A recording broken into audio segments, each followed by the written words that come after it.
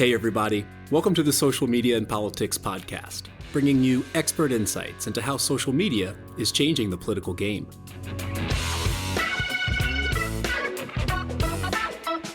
I'm your host, Michael Becerra, Assistant Professor of Communication and Media at Lund University.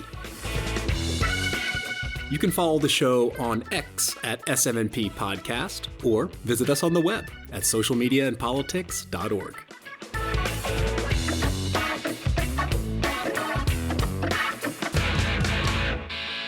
All right, y'all. Thanks so much for tuning in. I'm excited in this episode to bring you an interview with Professor Daniel Hallin, who needs no introduction if you're a scholar of political communication. But in case not, Professor Hallin is Distinguished Professor of Communication at UC San Diego and has worked extensively with developing the concept and theoretical framework around media systems, which will be the topic of today's episode. And the idea of media systems is basically that over time, media come to be shaped by the historical, political, and cultural forces of a nation state, and we can roughly start to categorize media systems by their region and in particular their national particularities. And so Professor Hallin, about 20 years ago now, wrote a very influential book with Professor Paolo Mancini laying out this argument about how to conceptualize and compare media systems, where they compared 18 countries' media systems and roughly grouped them into three regional models of media systems. And those are, roughly speaking, a group in the Mediterranean countries, a group in sort of Northern Europe, and more of a Anglo model with highest degrees of advertising and strong journalistic professionalism, etc. So actually, the Wikipedia page for comparing media systems is pretty good if you want to take a look at the typology, or of course, buy the book. But what I thought to do in this interview, as Professor Hallin happened to be a visiting professor at our department in Lund, was to sit down with Professor Hallin and ask him to reflect a bit on the concept of media systems, and in particular, the idea of what is a system, which we'll get into in the interview. And these thoughts are also written down in two pieces that I'll put links to down in the episode description. The first is Comparative Research, System Change, and the Complexity of Media Systems. That's published in the International Journal of Communication. And the second concept that we'll get into is around hybridity. And Professor Hallin has recently written a piece with some colleagues entitled The Concept of Hybridity in Journalism Studies, and that's published in the International Journal of Press Politics. So I wanted to pick up on some of the things that he's written about recently and go back a little bit thinking, what is media systems in this age of social media when at the time the original book was published, there wasn't this mass adoption of platforms that could be seen as a kind of shock to the more historical building of a media system. So all of this is in the interview, but without further ado, let me turn it over to Professor Daniel Hallin. Again, he is a Distinguished Professor of Communication at UC San Diego.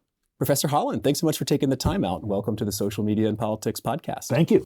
So many of our listeners might be familiar with the concept of a media system, but others may not. And even academics who've studied media systems often use the term rather loosely and often don't really define it. So having done so much work on media systems over the years, could you give us a kind of high-level overview of what they actually are? Well, you know, in a certain way, it's a kind of a common sense idea. The media system is just the whole ensemble of institutions and actors that make up the media in a particular society, and also, very importantly, the set of relations among them. And in a way, what's really interesting is the set of relations, you know, the different kinds of practices, norms, and so on, cultural norms that characterize, the media in a particular country. And as you've noted in several articles, many people tend to overlook or misconstrue what is actually meant by a system. And I thought this was really interesting because if you go back to general systems theory, there are arguments that systems are irreducible, autonomous, and self-creating. So could you walk us through these characteristics of a system and why they're actually important for understanding media systems? Yeah, and this is something that when I first started writing about this, I didn't really think much about the systems theory and the concept of system in general. And then, when you're a writer, you have this, it's kind of a surreal experience in a way of having people react to their work and use it in different ways that maybe you didn't intend. And so that made me think a lot more about what a system actually is and to go back to read some of that systems theory and so on. I think maybe in a certain way, it's the irreducibility part of it that is most important to stress, because this systems perspective is a holistic perspective. And, the most basic premise of it is the idea that you can't understand any particular part of the system without looking at its place within the whole and its interactions with all of the other parts. And this is partly what distinguishes this particular approach to studying media and politics, or, media and society, from other approaches, is that rather than isolating like particular relationships, you're trying to look at the whole.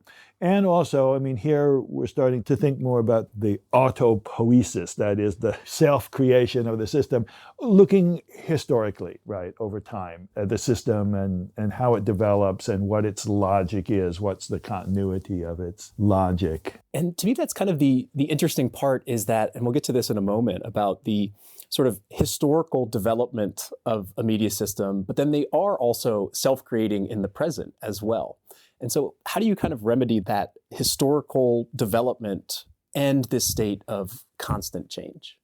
Yeah. So one of the challenges, I would say, of writing about media systems for us was that we wanted to give a sense of the kind of the logic of this system, the coherence of a media system, right? And that requires like freezing it in a way at a moment in time to say, okay, this all fits together. There's a logic here to it that you can understand this logic. But at the same time, if you look at them, they're always changing, right?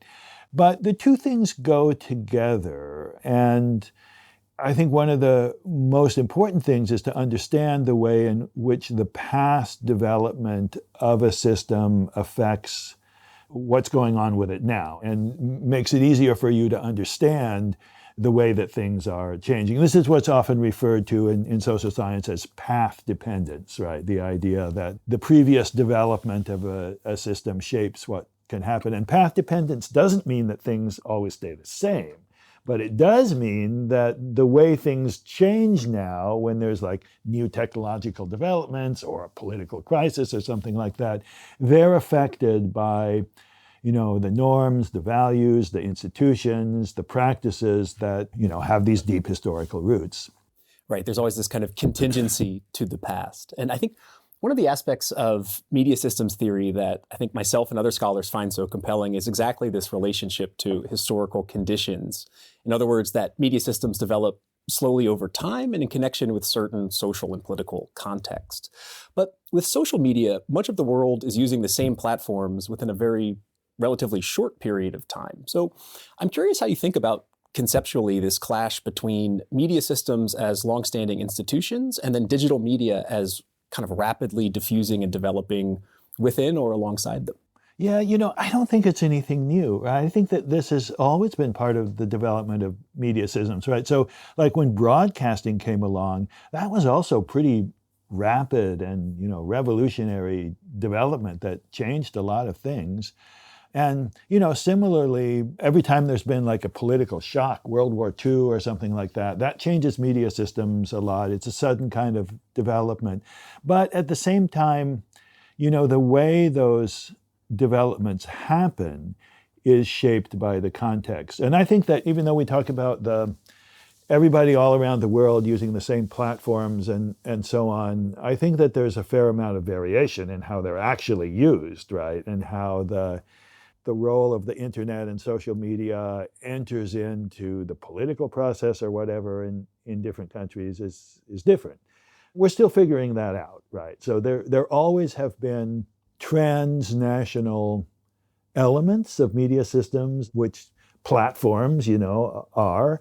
And at the same time, there's also been a lot of national variation. And And I think we're still figuring out what's the relation between those in the era of digital media. Absolutely. I can attest to that one personally. But I think that brings us to what I'd like to talk about, this concept of hybridity, which you've recently written about in an article that I'll link down to in the show notes. And this idea of media systems being hybrid is one way that scholars are trying to conceptualize the change in media systems brought about by digital media. And just to catch listeners up, the basic argument here is that media systems are now hybrid, blending traditional modes of journalism with all sorts of new digitally mediated forms. That's kind of one interpretation from the literature.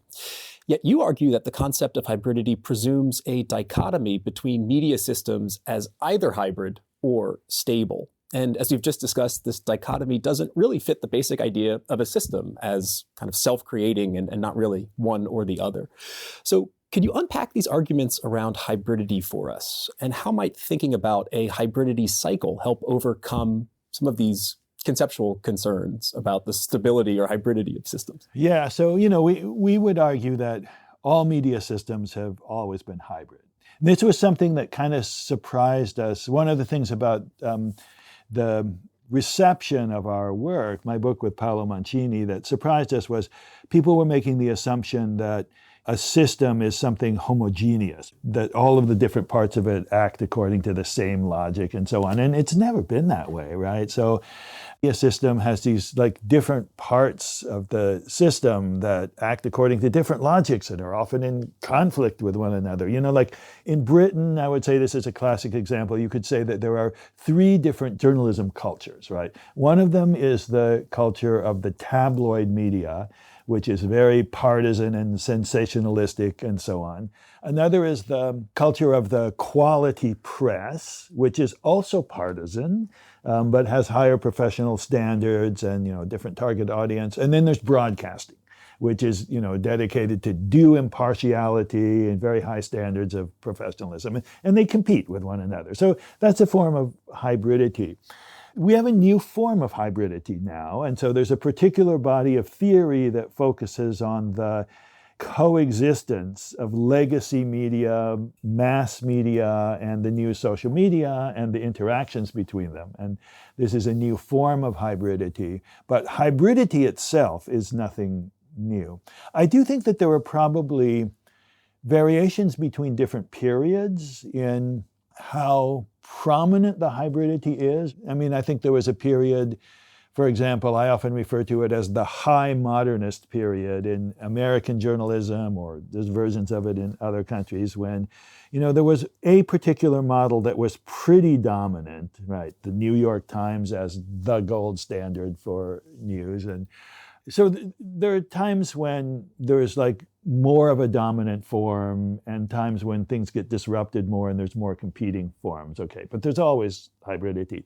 The thing about the hybridity cycle, this is an interesting idea that I ran across from some work. Originally, I think it came from some work about musical genres, one place where it was developed, where musical historians were talking about how you have a particular musical form that would be a hybrid form in the sense that it would borrow from different musical styles, and then it would itself become kind of institutionalized, and it would have its traditions and rules, and people would come to see it as a kind of a pure form, and then it would be hybridized with other forms, right? So this is the hybridity cycle. And I was thinking, yeah, so that's how it is with media too, right? So television news originally was a hybrid form. It was something that came out of the beginnings of broadcasting. Radio news was developing and they didn't know how to do it.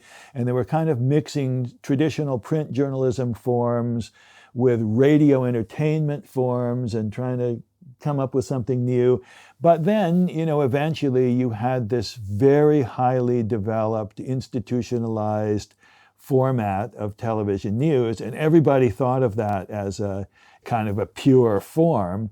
And then around about the 1990s, you had the development of what we came to call infotainment, where that form of television news was becoming hybridized with these new forms of tabloid news and reality TV. We had these shows like Cops and Real Stories of the Highway Patrol that were kind of mixing traditional news formats with entertainment formats, and then that blew back on TV news in general. So this is the hybridity cycle coming around again. And, with digital media, I think we can see this happening as well.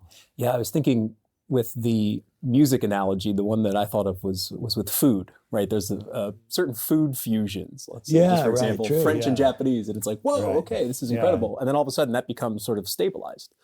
And I was also thinking about podcasting itself, this medium, because it had this kind of disruptive beginning, but then it sort of got co-opted, I would say, by mainstream press, right? The really big podcasting outlets are going to be, your New York Times, The Economist, because they have the resources behind it. And so I think the cycle is a good analogy because it does bring some stability to that change, that there will be some logics that new media will eventually follow around professionalization, disruption, professionalization. Right. That's right, yes. Yeah, and it's interesting to think about the process by which something becomes stabilized. So people get trained in it, right? Often formally trained in it, and sometimes their prizes are given, and that establishes certain practices as normative practices, that we all try to emulate and so on. And the other thing about it is that it gets to have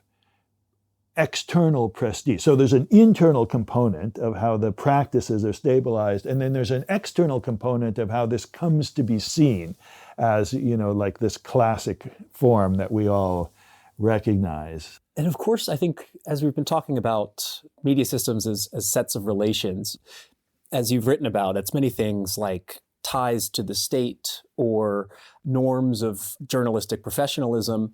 But I also think about hardware and the devices and the technologies, right? Like you can't really have satellite have this disruptive effect on broadcast without having mass adoption of TVs as well. And so I think that points a little bit to the economic and kind of technological context that these media systems are situated in. Yeah, and technology and business models definitely interact with journalistic practices, let's say, or other kinds of media, artistic practices of producing television or whatever. Sometimes, and I think there's some tendency to see technology as the driving force, right? As like this external force, although I think that there are often occasions when it's actually internal. My understanding of the development of printing technology is that it was changes in the media markets that actually drove technological innovation, right? So they began to expand circulations, not after they developed, like the rotary press and so on, but instead it was the other way around. Circulation started to expand, and then they said, we need better presses, and so people developed better presses. In the case of like the internet and digital media, one thing I've always thought about that is that it could have developed in a lot of different ways, right? It's not like there's this kind of inevitable way that the technology had to develop. And I think that in part it developed the way that it did because of the particular context of that period. One element of that is simply commercialism, right? I mean, the fact that our internet has developed as this .com commercial world, that has to do with the context of, neoliberalism and the general shift toward market-based institutions in that period. And, broadcasting developed in a different way in the 1930s, a more state-led kind of model, because that was the dominant political economy of the 1930s. It wasn't because of technology. Mm. And so, it's interesting. I'm thinking about, this little bit of path dependencies we were talking about I think it was really the iPhone that set the foundation for it, basically, with apps. Like, we didn't know what apps were before the iPhone, right? And then you have, what I'm thinking about is in the trajectory of this cycle, when do those norms or other relations really start to crystallize? Because I think with Apple and Google, you saw this just, capture of the two app stores that we're still living with today. You can only really buy or download apps from these two providers. And that was established much, much earlier on. And now we're still there's court battles all the time of trying to unlock this monopoly. And so, I think that the cycle metaphor description is interesting to think about. When do these norms and contexts sort of crystallize that really shapes the downstream effects within that cycle?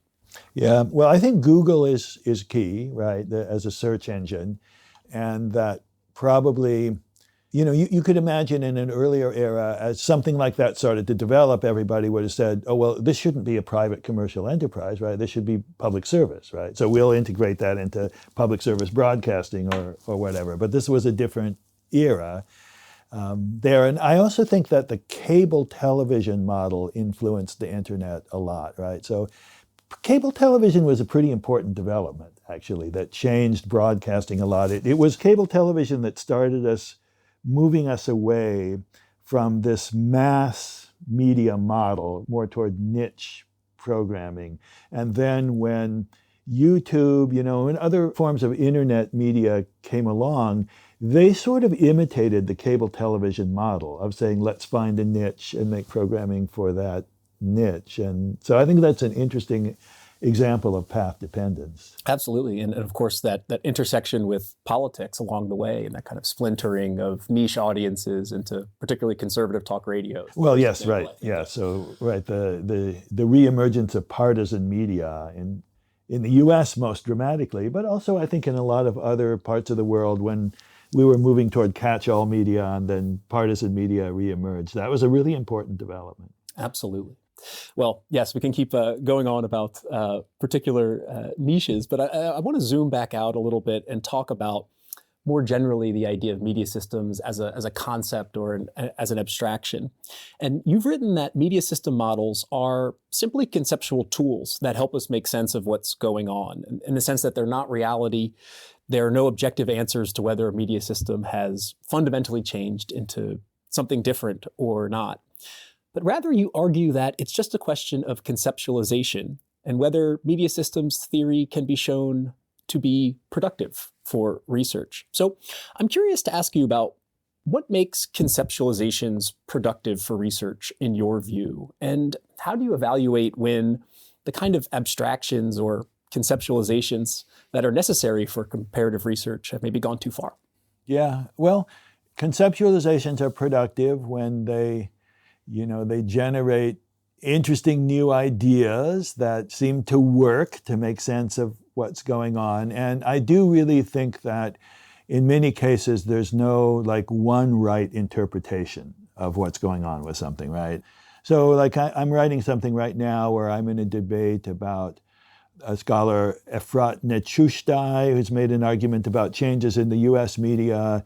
And she has this term she uses that it's shifted toward being a polarized liberal system away from being a liberal system. And, I think that whether we should see this as just a different state of the liberal system, or we should see it as this other system that we call polarized liberal, there's no clear answer to that, right? And there are just different ways of seeing it that emphasize different things. I mean, I'm partly, thinking back at the fact that liberal systems have often had partisan media. So if you go back in history, the US did have partisan media. Britain always had partisan media. So I'm emphasizing more of that historical continuity. But this is not a kind of a discussion that you could resolve and say, okay, this is the correct interpretation of the US media system. Now, the thing about overgeneralization, I think that there are some times when this is something that the political scientist Giovanni Sartori wrote about in important ways, about concept stretching. And when a concept, you make the scope of it too wide. One example of that I've been thinking about a lot lately is the concept of media capture, which I study Latin American media systems, among other things, and people use that a lot. There's an argument that we should see Latin American media systems as captured liberal systems. So this is a particular interpretation of those systems. And in Eastern Europe, too, a lot of people use this idea of media capture. And I think it's a really important idea, but there's some debate within that field of study about what's the scope of this concept of capture. And I think there are some who use it very generally, and basically any exercise of power over the media or any kind of like mechanism that prevents media from serving the public and makes them serve particular interest is capture. But I think it's much more enlightening if you think of it in much more specific terms. In Latin America, what media capture looks like is that you have these particular owners, right, kind of media oligarchs who own media and who have often clientelist relationships with government officials and so on, or other business interests, right?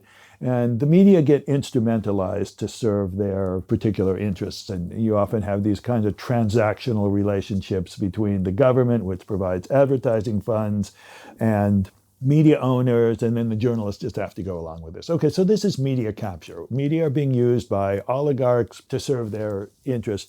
There are other mechanisms of power that I don't think are properly characterized as capture. One of those is just the deference of media to the dominant points of view of political elites, which is something that is part of media studies in the United States or Britain or so on. Sometimes we refer to this as cultural hegemony. That's one model for thinking about it. I don't think that it's productive to think of that as capture. I think it's something different.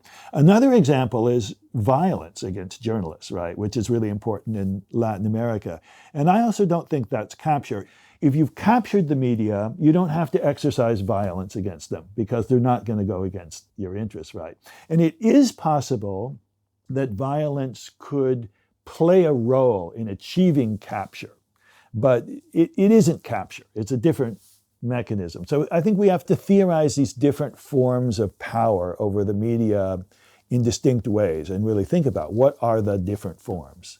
No, absolutely. And I think that's one of the reasons I wanted to pick your brain about that, because I'm very interested in concept analysis and these ideas of intention and extension, which I think are really overlooked in the scholarship today. But would you say that, just to kind of put it simply, that media systems as a conceptual tool are a good way to guide which relations we look at and how we study them within a broader system? Yeah, I mean, in my book with Mancini, we have a set of domains that we think of as the fundamental domains for thinking about media systems, which include the role of the state, the development of journalistic professionalism, the structure of media markets, and political parallelism, which has to do with the relation of the media to the political system. And so I think those are fundamental domains you can look at in any media system. And then others have proposed other domains of that sort. There too, there's some of these debates about, how broadly do you want to stretch the concepts, like political parallelism. There's some people who argue that it doesn't really apply to like regions like Latin America that don't have these stable political parties. But I think that to some extent, it's really useful to have these general concepts that you can think about in relation to any media system, and then you can conceptualize their specific forms in different media systems. So switching from theory and concepts to empirics, I'm curious how, it seems like every 5-6 years or so, there's a large-scale empirical study that tries to operationalize the concept of media systems. In full disclosure, I love these studies because it's always interesting to see, apropos capture, can the concept be kind of captured in some type of, high-level quantitative analysis? But especially what we've been discussing about systems and conceptualization, do you think that these abstract media systems and all their various forms can be sort of summed up into a single variable? Yeah, so I think this is a really valuable enterprise. When Mancini and I wrote our original book, there was very limited comparative data that you could use, where you had like the same data for a lot of different countries. And so that was a kind of limitation. Now there's a lot more and people are using it, and it produces some interesting results. But I also think that you have to be really careful in the way that you interpret any particular study. And here's where I go back to this idea of keeping in mind the holistic analysis, because in any particular study you're doing, you have a particular set of countries, and you also have a particular set of variables, because you can't get numbers on all the different variables, right? And I think that there's lot of potential instability in the results, results from that. Often what people do is they try and group the countries then, right, and see if the countries group in the same way as Hallin and Mancini. And I think there's a lot of instability in that because you could put in different variables and then the countries would group together differently. And I think you have to really think about, can you make sense of these? You can't just accept whatever the computer spits out and say, okay, this must be the reality. You have to think, does this make sense? And if I think more in this kind of holistic, broad terms, can I give an interpretation of why this set of countries group together, or why this country moved from Hallin and Mancini put it in this category before and now it moved over to this one? And does that make sense? Can I make sense of that? Some of these results make total sense to me. Others of them don't. And, I suspect, again, that they'd be unstable. One of the problems is that in order to do these studies, you usually have to have a single number on a particular variable for each country. So it might be a number for, the one study I've been working on, the Journalistic Role Performance Project, it has these measures of different journalistic roles, like the infotainment role or the interventionism role, which is the level of the journalist's voice. How much voice does the journalist have in giving opinions or making interpretations and so on. And so for each country, you've got one aggregate number. But if you actually look at these media systems, there's all of this variation within them. But there's also variation between different situations, right? Covering different kinds of stories or different kinds of political conjunctures where different things are happening. And a lot of the interesting stuff is in that variation internal to each country. And so this is what you don't get with these aggregate statistical studies. And so, the studies are useful, but I think that you have to go back then and put them into this other kind of what's often referred to as historical institutional analysis. Yeah, and I think it's in this this article you wrote on the complexity of media systems where you make an interesting point that all of these empirical studies are conducted, even whether they're qualitative or quantitative, they're conducted at one point in time in a specific context. And so in one way, trying to compare your typologies from the mid-2000s, 20 years later, there's probably lots of variation in that context at the 2 points in time that they were studied. Yeah. And so within, they have this number from that point of time, but that number, mixes together all of these different things that are going on within each of those media systems, even at that time. So, one of the things I lament a little bit is that we seem to be drifting away from the particular style of research that Mancini and I used, which is this historical institutional approach that is holistic, because systems are holistic. I mean, one of the reasons I think that we drift away from it is because doing that kind of work requires a lot of immersion in understanding particular systems, right? Their history and so on. I mean, it's connected with a earlier tradition of comparative research where, you were expected to know a lot. If you were going to write about a particular country and its history, its media systems and so on, you're expected to know a lot about that country, have some language skills, and that takes time.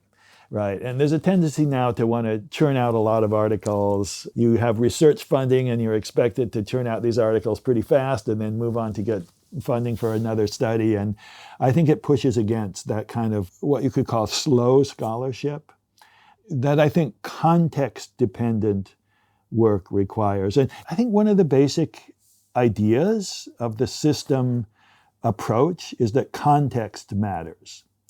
And context is partly what you lose when you're doing those, so-called large N statistical studies. Absolutely. And just one final point on this. I mean, one argument to get around that is to do a sort of longitudinal analysis, but then you're, looking at media reporting and various media over 20 years, but then you're compressing something into a single variable. Yes. So longitudinal analysis can be great, but if it's statistical, you're still aggregating, right? So for each time point, this is an aggregate. Of all of the different media outlets or whatever your sample is there and all of the different situations and so on. But then the other side of that is, okay, we'll focus on just what's happening, let's say, at one point in time. And then you a little bit lose that. You're limited to that point in time, basically. Which So the historical development over time is really important to study. One thing I would say is that no one study is going to tell you everything, right? So scholarship is something that is kind of distributed over many different scholars doing different kinds of work, and it's important not to overinterpret any particular study. And then what Mancini and I were doing was to try and synthesize, right? So we were reading lots of literature from different traditions, from different countries, and we're trying to put it together. And it's important to think of scholarship in that sort of distributed, synthetic way.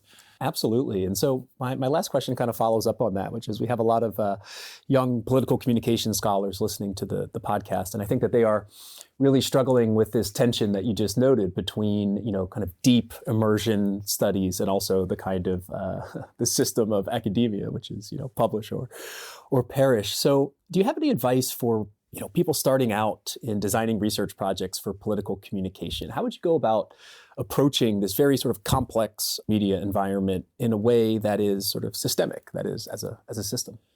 Yeah, so you have to just keep in mind that the particular thing that you're studying, you have to be careful about the conclusions you draw from it, but you don't have to apologize for the fact that you're just studying one particular thing, because that's the nature of scholarship. And the important thing is to put your findings in a wider context. One thing that I often stress, I teach a class on comparative analysis to PhD students, and it's a little bit intimidating in a way because as a PhD student, to do something that's really comparative is really hard, right? But one thing that I stress is a single case study can be part of comparative analysis if you put it into dialogue with other case studies. You don't have to do it all yourself, but you want to read some other case studies and so on and think about the relation of your case to the other cases. Think about what your case is a case of, which is, a matter of conceptualizing it in a particular way. And then you as a PhD student can contribute to comparative analysis, even if, your dissertation or the particular thing you're writing is not looking at a whole bunch of countries, right? Or a whole bunch of cases of something. Absolutely. I think it's a very wise word. What is this a case of? I totally agree. But Professor Hallin, this has been an absolute pleasure to have the chance to sit down and discuss your research. So thanks so much for taking the time out and coming on the podcast. Thank you. Yeah, pleasure. Absolutely. I've just been speaking with Professor Daniel Hallin, Distinguished Professor of Communication at the University of California, San Diego. And that's a wrap for this episode of the Social Media and Politics podcast. Thank you so much for tuning in.